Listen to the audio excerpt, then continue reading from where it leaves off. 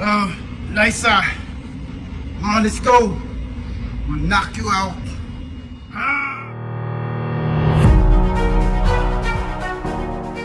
Naku, ayan na.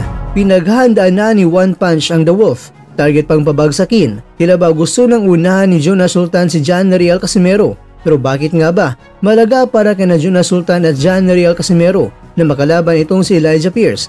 Narito mga kwento ang paliwanag ni Mr. Kwento na nakafocus sa aspeto ng karera, reputasyon at pagbawi ng dangal ng mga Pilipinong boksingero. Ang laban para sa dangal at hinaharap.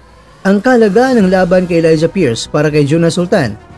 Si Sultan mga kwento ay isang kilalang mandirigmang Pilipino sa larangan ng boxing.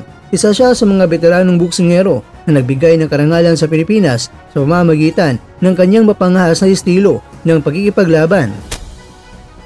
Ngunit sa kasalukuyang estado ng kanyang karera, malaga para sa kanya na makahanap ng malaking laban na makapagbibigay sa kanya ng panibagong pagkakataon upang muling umangat sa pandaigdigang entablado.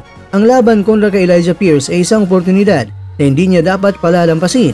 Si Elijah Pierce mga kwento ay isang Amerikano na kilala sa kanyang lakas, bilis at pagiging taktikal sa ibabaw ng lona.